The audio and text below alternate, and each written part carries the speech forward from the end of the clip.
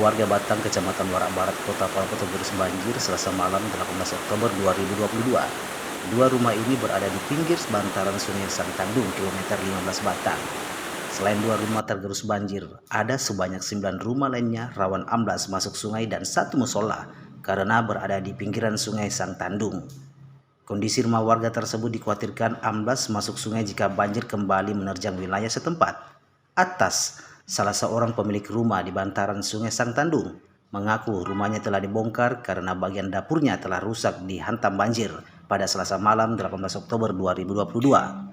Posisi bagian dapur rumahnya sudah jatuh masuk sungai sehingga seluruh rumahnya dibongkar. Dia mengakui warga yang bermukim di sekitar Sungai Sangtandung, Batang mulai khawatir mengingat kondisi cuaca akhir-akhir selalu ekstrim. Sehingga saat hujan lebat terpaksa mengungsi ke lokasi yang aman. Ya, memang terlalu sebentar saja hujan, datang banjir besar, sebentar saja. Tadi malam bagaimana? Begitu juga, tidak cukup setengah jam, datang banjir besar. Selama tahun ini sudah lebih 10 kali banjir. Ini semua. Kalau rumahnya kita apanya yang rusak?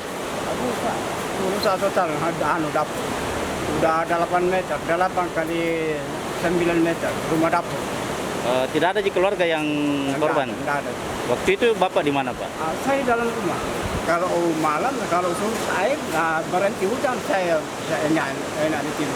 Tinggal di rumah ya? Ya, tinggal di sini. Kalau ada ancaman, di tenda? Iya, ya kita pindah lagi. Lurah Batang, Rahman, mengakui dalam beberapa minggu terakhir ini, warga setempat setiap hujan lebat mengguyur wilayah Batang selalu mengungsi, termasuk pada Selasa malam 18 Oktober 2022.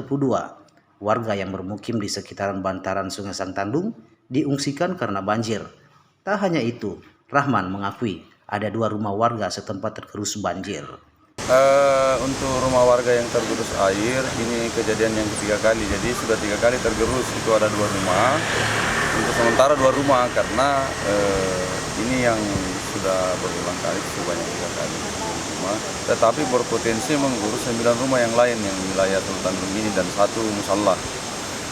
Jadi upaya pemerintah terhadap warga yang terancam ini seperti apa? Upaya kami dari pemerintah kelurahan bersama Pak RW itu setiap malam ketika hujan lebat itu kami langsung melakukan patroli ke sini dan mengarahkan semua warga untuk mencari tempat penyelamatan sementara karena ditakutkannya banjir bandang ini besar, sehingga kita arahkan warganya dulu.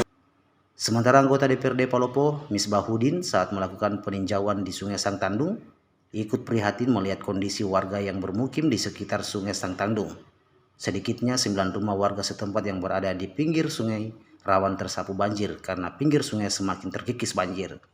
Sehingga anggota DPRD Palopo dari Partai Kebangkitan Bangsa ini meminta pemerintah Kota Palopo segera melakukan tanggap darurat bencana alam, terkhusus untuk wilayah Batang yang berada di dataran tinggi Kota Palopo, tepatnya di Kecamatan Warak Barat. Ya, kalau terkait ini saya kira yang pertama tanggap darurat. Ya. Keselamatan jiwa itu yang utama, dan ini pemerintah kelurahan anggap jika ada banjir warga diungsikan. Ini yang kedua masih sebenarnya masih tanggap darurat, tapi ada jangka pendek. Kita harus pelurusan aliran sungai. Jadi itu alat-alat itu mengukur sedimen batu dari masuk ke supaya bisa.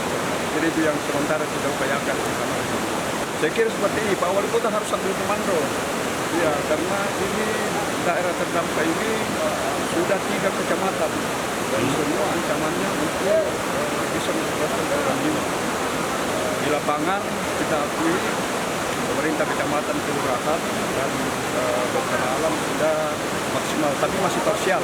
Nah, kemudian yang kedua, kami juga berharap pemerintah provinsi mengambil inisiatif fasilitasi, karena ini irisan kewenangannya banyak.